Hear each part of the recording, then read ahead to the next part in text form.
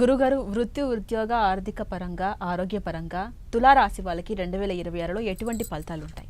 తప్పకుండా అమ్మ. ఓం శ్రీ గురుభ్యో నమ. ఓం శ్రీ మాత్రే నమ.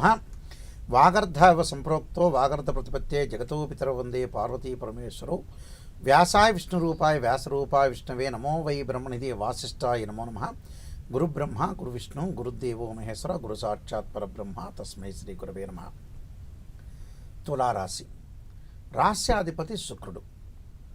అంటే రాస్యాధిపతి శుక్రుడు అంటే శుక్రుడు ఎప్పుడు కూడా సుఖాన్ని, భోగాన్ని, సౌఖ్యాన్ని, లగ్జరీని ఇచ్చేవాడు శుక్రగ్రహం. అంటే వీనస్ ప్లానెట్ ఎప్పుడు కూడా సుఖాన్ని, సౌఖ్యాన్ని, లగ్జరీగా తిరగటం ఒకటి, బాగా ఎంజాయ్మెంట్ చేసి వివాహానికి కళత్రకారకుడు శుక్రుడే యాక్చువల్గా. అంటే సహజంగా ఏమిటంటే పాత రోజుల్లో లగ్జరీ అంటే కొత్త రోజుల్లో ఉండే లగ్జరీ వేరు, పాత రోజుల్లో ఉండే లగ్జరీ వేరు. పాత రోజుల్లో ఎలా ఉండేదంటే 70లో 80లో 60లో లగ్జరీ అంటే ఏంటంటే పిల్లలతోటి సంతోషంగా గడపటం అనే లగ్జరీ. అంటే చిన్న చిన్న పిల్లాడు అడుగులు వేస్తుండగా వాళ్ళని చక్కగా తల్లిదండ్రులు గుండెల మీద హత్తుకోవటం ఒకటి, వాళ్ళ యొక్క ఆలనా పాలన చూడటం ఒకటి, సంతృప్తికరంగా భార్యాభర్తలు ఇద్దరు కూడా సంతోషంగా ఏకాంతంగా ఉండటం, ఉమ్మడి ఫ్యామిలీలతో మాట్లాడటం, అన్నదమ్ముల మధ్యలో, తల్లిదండ్రుల మధ్యలో, అత్తగారు కోడలు, ఇవన్నీ లగ్జరీ. అంటే ఎంత రూపాయి కోసం కష్టపడేవాళ్ళు 70లో, ఆ రూపాయికి కష్టపడి వచ్చిన తర్వాత ఆ రూపాయిని ఒక తండ్రికో లేకపోతే తండ్రి కొడుక్కో ఇస్తూ ఇవ్వటం. ఉదాహరణకి తండ్రి సంపాదిస్తాడు, కొడుక్కి ఇవ్వటాన్ని చాలా లగ్జరీ అనేవాళ్ళు. ఒక భర్త భార్యకి ఇవ్వడానికి లగ్జరీ అనేవాళ్ళు ఆ రూపాయిని ఎంతో కష్టపడి. ఒక తమ్ముడికి ఇవ్వటం, తమ్ముడు అన్నదమ్ముల యొక్క బాధ్యతలు ఇవన్నీ కూడా నిర్వహించడం అనేది లగ్జరీ. ఇప్పుడు లగ్జరీలు దానికంటే క్వైట్ డిఫరెంట్గా ఉంటాయి. అదొకటి. అయితే శుక్రుడు ఈ రాశి వాళ్ళకి ఏమిటంటే లగ్జరీగా అనుభవించాలని, లగ్జరీగా ఉండాలని, ఎంజాయ్మెంట్ చూడాలని, ఇలాంటి అవకాశాలకి వాళ్ళు ఎదురు చూస్తూ ఉంటారు. అయితే ఇలాంటి అవకాశాలు ఏంటంటే తులారాశి వాళ్ళు తొలతూగుగా ఉండాలని అర్థం.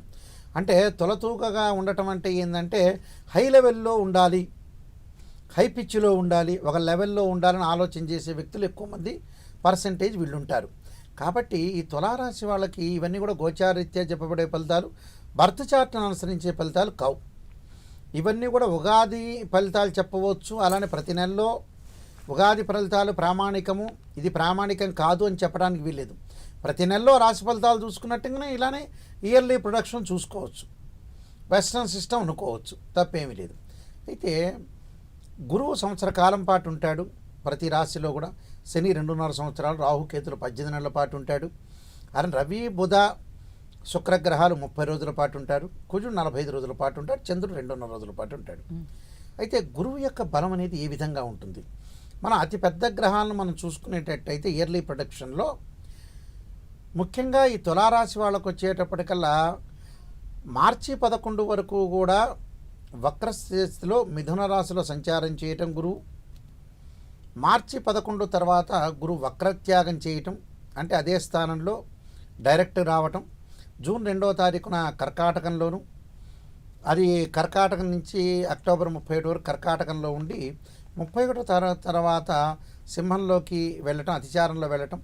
డిసెంబర్ 18 తర్వాత మళ్ళీ వక్రస్థితిలోకి రావటం. ఇది గురువు యొక్క బలం. ఈ రాశి వాళ్ళకి ఎలా ఉండబోతుంది అంటే తృతీయాధిపతి, షష్టమాధిపతి గురువు నవమ స్థానంలో ఉన్నాడు. నవమ స్థానంలో ఉండటం వల్ల ఏంటంటే నవమ స్థానంలో ఉంటాడు, మళ్ళీ దశమంలోకి వస్తాడు, మళ్ళీ ఏకాదశంలోకి వస్తాడు. వాళ్ళకి అక్టోబర్ 31 నుంచి బాగుంటుంది. అంటే ఈ 2026లో ద్వితీయార్థంలో బాగుంటుంది, కానీ ప్రథమార్థంలో పెద్దగా అనుకూలంగా ఉండదు. అంటే డబ్బు విషయంలో జాగ్రత్త ఉండాలి. డబ్బు విషయంలో వాళ్ళు ఎలాంటి ప్రాబ్లమ్స్ లేకుండా జాగ్రత్తగా ఉండటం మంచిది. అంటే ఆర్థిక పరంగా అనవసరమైన వృధా ఖర్చులు, అనవసరమైన వృధా కాలయాపన, వృధా ప్రయాణాలు, హాస్పిటలైజేషన్కి కూడా డబ్బులు ఖర్చు అయ్యే అవకాశాలు ఎక్కువ ఉంటాయి. దీర్ఘకాలిక వ్యాధుల విషయంలో కొంత అప్రమత్తంగా ఉండాలి. కొన్ని అనవసరమైన వస్తువులు కొనుగోలు చేయటం, ఏదైతే అవసరమైన వస్తువులు కొనుగోలు చేయకుండా అనవసరమైన వస్తువులు కొనుగోలు చేయటంలో మన వాళ్ళు చాలామంది సిద్ధహస్తులు ఈ మధ్యన అలాంటి వస్తువులు ఎక్కువగా కొనుగోలు చేస్తుంటారు. అలాంటి విషయాల్లో కొంత జాగ్రత్తగా ఉండాలి. విద్యార్థులు చదువు మీద బాగా శ్రద్ధ పెట్టాలి. వేరే వ్యాపకాలు ఉంటాయి, రకరకాల గేమ్స్. పాత రోజుల్లో ఏంటంటే క్రికెట్, వాలీబాలు, చెస్సు, క్యారమ్సు, మేధస్సుకి శారీరక శ్రమకి ఖర్చు పెట్టే అవకాశాలున్న గేమ్స్ అవి. ఒక క్రికెట్ అనుకోండి, హాకీ అనుకోండి, వాలీబాల్ అనుకోండి, క్యారమ్స్ అనుకోండి, కబడ్డీ అనుకోండి, చెస్ అనుకోండి. ఇప్పుడు ఏమైంది అంటే కేవలం సెల్ ఫోన్లో గేమ్స్ ఆడుతున్నారు. అవి మేధస్సు పెరగదు, శారీరక వ్యాయామం కాదు, కళ్ళు దెబ్బతినే అవకాశాలు ఎక్కువ ఉంటాయి, ఐకి సంబంధించిన ప్రాబ్లమ్స్ వచ్చే అవకాశాలు ఉంటాయి. ఇలాంటివన్నీ కూడా విద్యార్థులన్నీ కూడా పక్కన పెట్టి చదువు మీద దృష్టి పెట్టడం చాలా మంచిది. ఎందుకంటే వాళ్ళకు కొంత గురుబలం తక్కువ ఉంది కాబట్టి చదువును చాలా ఇంపార్టెంట్గా ప్రయారిటీగా చూసుకోవడం చాలా ఇంపార్టెంట్. అలానే ఆర్థిక స్థితిగతుల విషయంలో కొద్దిగా లోటు వచ్చే అవకాశాలు ఎక్కువ ఉంటాయి. కొంత ఉద్యోగ సమస్యలు రాకుండా చూసుకోవాలి.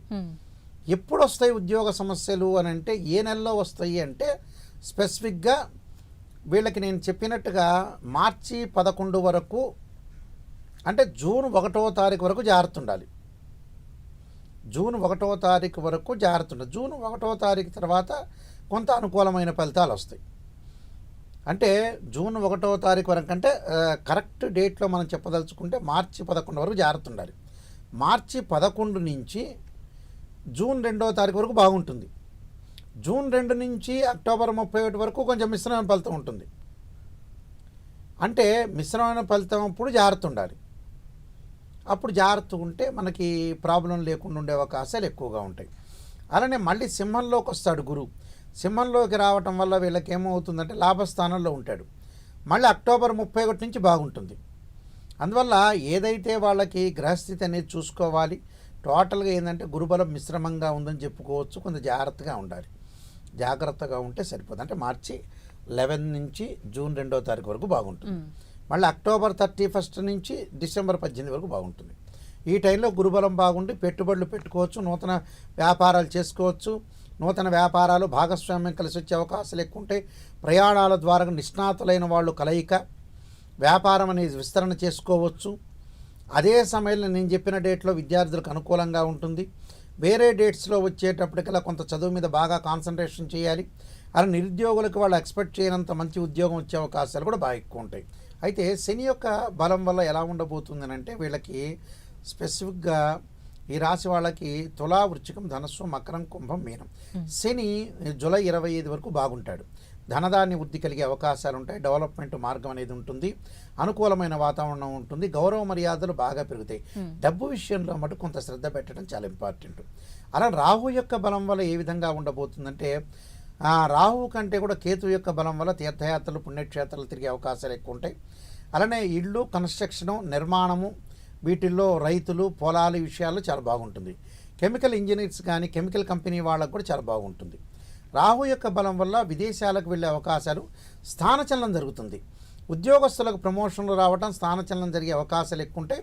శుక్రగ్రహం వల్ల వివాహాది శుభ కార్యక్రమాలు వాయిదా పెట్టడం, బుధుడు వల్ల వ్యాపార విస్తరణ బాగా జరుగుతుంది.